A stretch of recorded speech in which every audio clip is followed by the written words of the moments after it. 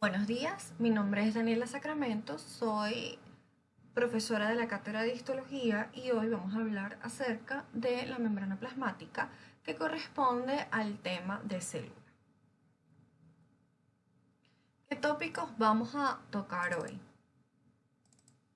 Bueno, primero vamos a iniciar con la definición de célula y ver cómo está estructurada en las células eucariotas, que son las que vamos a estudiar acá en la cátedra de histología. Cómo se clasifican las organelas, cuál es la definición de la membrana plasmática y cómo está estructurada, qué características tiene la misma al microscopio de luz y ultraestructuralmente al microscopio electrónico, qué papel cumplen las membranas plasmáticas en el transporte, qué función tienen las membranas plasmáticas y las conclusiones acerca de los tópicos tocados el día de hoy. Entonces, ¿qué es una célula? La célula es la unidad estructural y funcional básica de todos los organismos multicelulares. Todos los seres vivos se componen de células. Y acá en la cátedra de histología vamos a estudiar las células eucariotas que conforman al cuerpo humano. Acá lo que quiero es que vean y visualicen cuáles son las características de cada una de las células dependiendo del órgano en el que están situados y de su función. Aquí podemos ver unas células de los túbulos renales, ¿ok? Veamos el tamaño y el núcleo, como es la célula es cúbica y el núcleo es casi central y redondo, ¿ok? Aquí vemos estas células a la derecha, que son células alargadas con un núcleo también alargado. Esas son células musculares, ¿ok? Y podemos ver entonces que su estructura es totalmente diferente y su morfología y su función es totalmente diferente. Ok, entonces, ¿cómo se estructuran las células eucariotas? Las células eucariotas se estructuran en dos compartimientos, el citoplasma y el núcleo.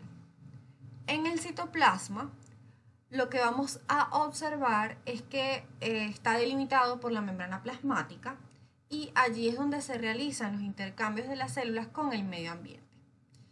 ¿Cómo está compuesto el citoplasma? El citoplasma está compuesto por una sustancia líquida que se denomina citosol y además tiene unos filamentos que componen el citoesqueleto. El citoesqueleto es lo que le da estructura y forma a la célula.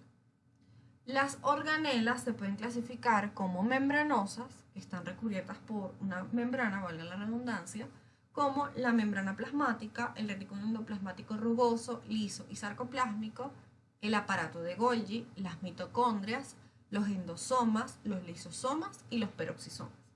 Y las organelas no membranosas, que son los centriolos, los ribosomas, el citoesqueleto y los proteosomas.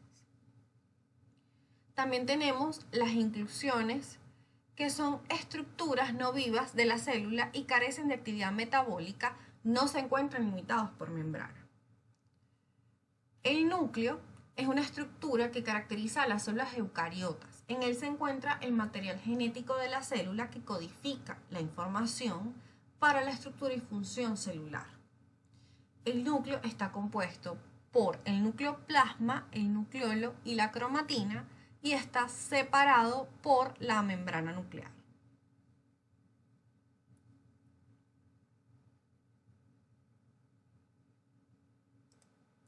Acá en esta imagen podemos ver cómo se estructura la célula. Entonces observamos el núcleo, el nucleolo que está separado de ese compartimiento con el resto de la célula que está rodeada por la membrana plasmática y tiene las estructuras ya mencionadas.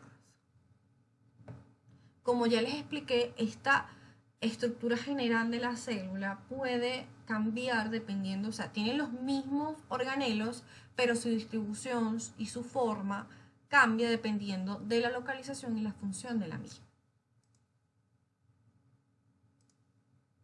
Ok, ahora vamos a entrar en lo que es la membrana plasmática.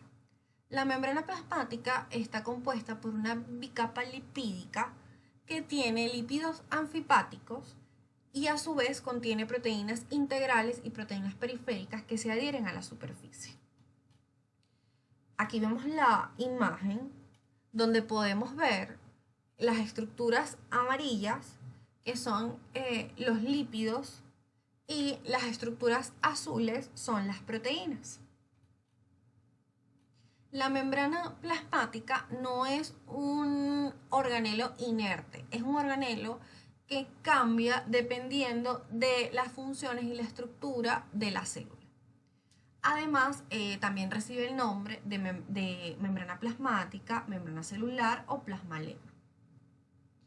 Ella se encarga principalmente de separar el interior de la célula de su entorno y también tiene una importancia en el reconocimiento celular y en el transporte de moléculas, lo que mantiene la comunicación del medio interno celular con el medio externo. Igual eso lo vamos a detallar más adelante. Ok, ¿cómo se compone la membrana plasmática? Ella se compone principalmente de lípidos. Estos lípidos son en su mayoría fosfolípidos, pero también tiene glucolípidos y colesterol. Es decir, estos lípidos tienen un carácter anfipático, es decir, que tiene compuestos que son hidrófobos e hidrófilos. Los lípidos más abundantes, como ya mencioné, son los fosfolípidos. Ellos constituyen la construcción fundamental de las membranas celulares. ¿Por qué está compuesto? Por una cabeza polar hidrofílica que está en contacto con el medio externo o el medio interno, y dos colas hidrófobas que se van a colocar en el centro de la membrana. Esto forma una barrera estable. Esta membrana se mantiene unida porque hay uniones covalentes con las moléculas de glicerol que forman la cabeza hidrofílica y uniones no covalentes débiles con los ácidos grasos de las colas de los mismos. Entonces, los fosfolípidos van a formar de manera espontánea bicapas en soluciones acuosas. Otro lípido de suma importancia para las funciones de las membranas plasmáticas es el colesterol. El colesterol ayuda o aumenta o disminuye la fluidez de la membrana. Y donde hay más colesterol, la membrana será menos fluida.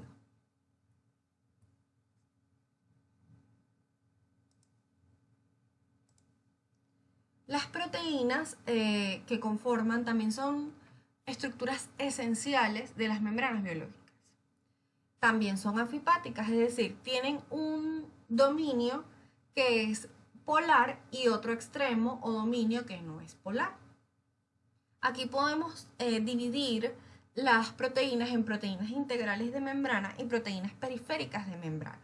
Las proteínas integrales de membrana están embebidas directamente dentro de la bicapa lipídica y se unen a los lípidos por interacciones hidrofóbicas y con enlaces covalentes. Las proteínas periféricas se localizan de un lado o del otro de la membrana plasmática. Preferiblemente, ellas se ubican en la cara citoplasmática y corresponden generalmente a enzimas. Entonces, acá en la imagen podemos ver perfectamente esa estructura y cuál es la diferencia entre una proteína integral de membrana y una proteína periférica de membrana. Las proteínas transmembranas cumplen funciones diversas dentro de la membrana plasmática. Ellas pueden actuar como receptores, como proteínas de enlace, como enzimas o como como canales de transporte a través de la membrana. Los carbohidratos. Ellos se sitúan en la superficie externa de las membranas de las células eucariotas, lo que contribuye a la asimetría de la membrana. Generalmente son oligosacáridos que se unen a lípidos y de esa manera se denominan glucolípidos o que se unen a proteínas y se les denomina glicoproteínas. Esta cubierta de glúcidos, la mejor estudiada, es la que está en la membrana del eritrocito, que cumple propiedades inmunitarias representando el sistema sanguíneo ABO. Aquí tenemos una imagen de cómo están constituidos los carbohidratos del sistema ABO. Si nos damos cuenta, el grupo A va a tener una sacárido de N-acetilgalactosamina, el grupo B va a tener una D-galactosa, el grupo AB va a tener ambos carbohidratos y el grupo O no va a tener ni N-acetilgalactosamina ni D-galactosa. Además de eso, también protege la superficie de las células de posibles lesiones y interviene en los fenómenos de reconocimiento celular, particularmente importantes durante el desarrollo embrionario. Ya yo les había comentado que la membrana plasmática no es un organismo inerte. En realidad, hay un modelo que es el que explica la organización estructural de la membrana plasmática, que es el modelo de mosaico fluido, en el que considera que la membrana es como un mosaico donde se organizan las proteínas transmembranas y las proteínas integrales y los lípidos.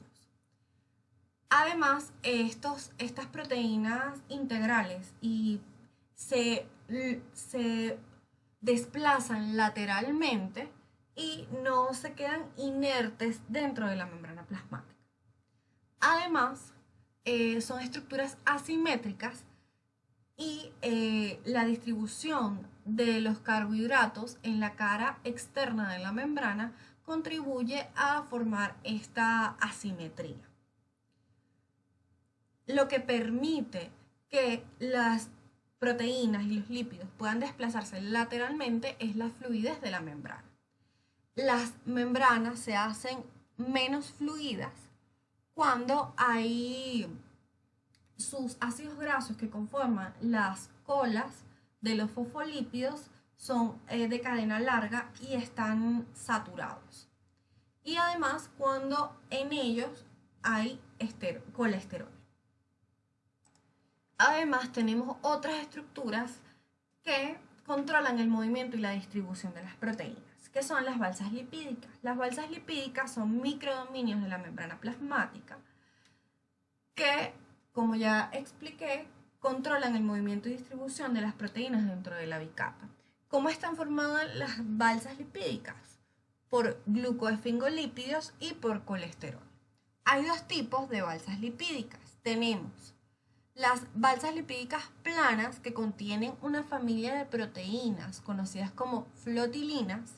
En ellas vamos a observar que tienen proteínas de andamiaje y que participan también en la reclutación de proteínas específicas de la membrana en las balsas. Y también participan en el proceso de señalización celular. Y las balsas caviolares o caviolas, en la cual hay unas proteínas integrales llamadas caviolinas que tienen la capacidad de unirse al colesterol y a una variedad de proteínas que participan en la transducción de señales en la célula.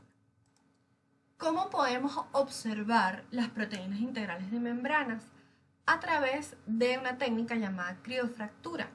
La criofractura permite preparar el tejido para la microscopía electrónica y este procedimiento separa o divide el plano hidrofóbico para exponer las dos caras internas de la membrana. Entonces acá podemos observar la cara E, que es la mitad externa de la membrana, que mira hacia adentro y es lisa, y la cara P, que es la interna de la membrana, que mira hacia el exterior, y ahí se pueden observar numerosas partículas que representan las proteínas integrales de membrana.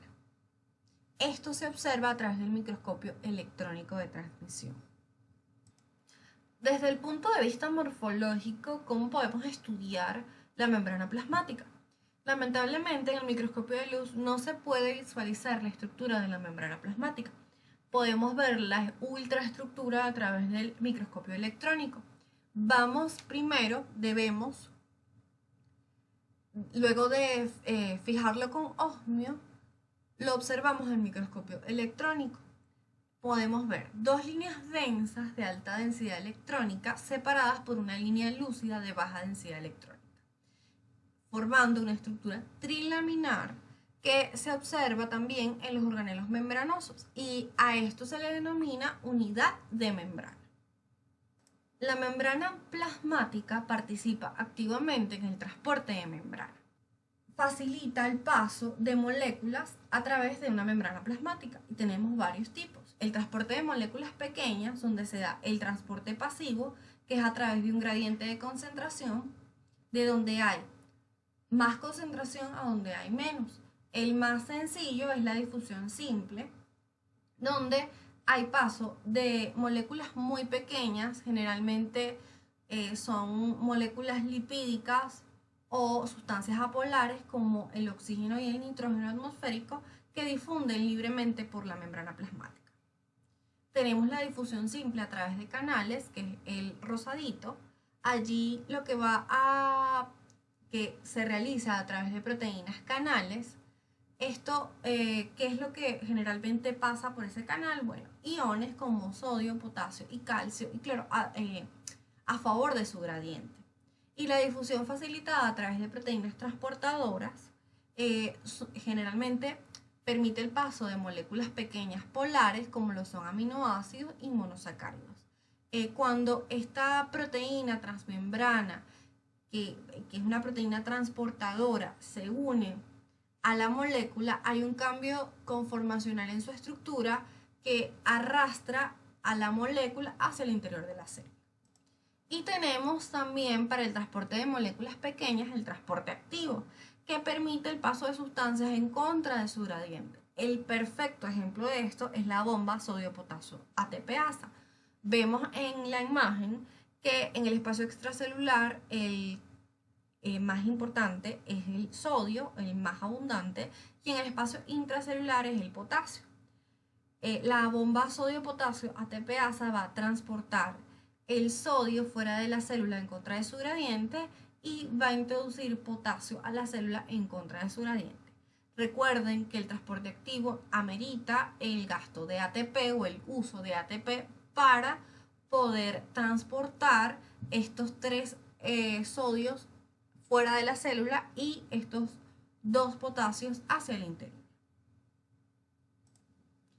¿Cómo se da el transporte de membrana de moléculas grandes? Bueno, a través de tres mecanismos principales: la endocitosis, la exocitosis y la transitosis.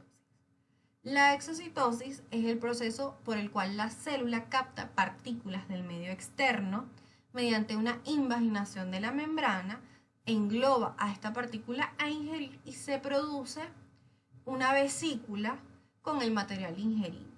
Dependiendo de la naturaleza de las partículas englobadas, podemos tener tres tipos de endocitosis: la pinocitosis, que implica la ingestión de líquidos; la fagocitosis, que son vesículas grandes que son revestidas o llamadas fagosomas, que ingiere generalmente microorganismos y restos celulares; y la endocitosis mediada por receptor es un mecanismo en el cual no solamente entra la sustancia correspondiente, sino el receptor de membrana.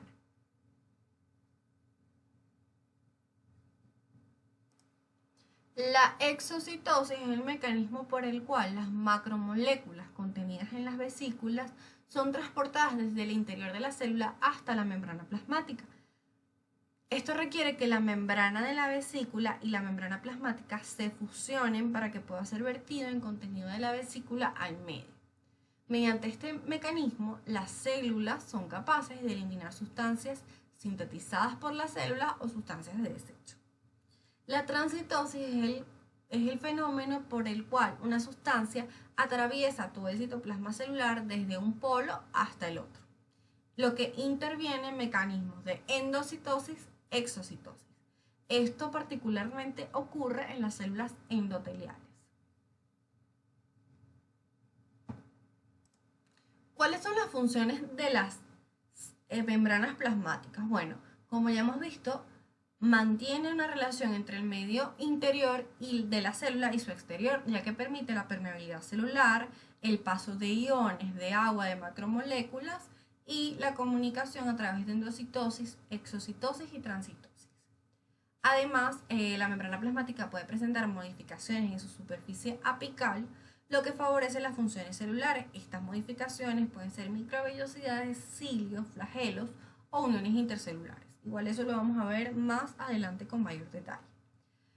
Participa en el reconocimiento y comunicación de las células, ya que proporcionan moléculas antigénicas que permiten el reconocimiento celular. También tiene receptores para hormonas y produce moléculas mensajeras que activan una respuesta fisiológica en la célula. Eso lo van a ver con mayor detalle en bioquímica, donde van a estudiar los mecanismos de segundos mensajeros y los mecanismos de transducción a través de membranas plasmáticas. Y permite el aislamiento de la célula con el medio externo.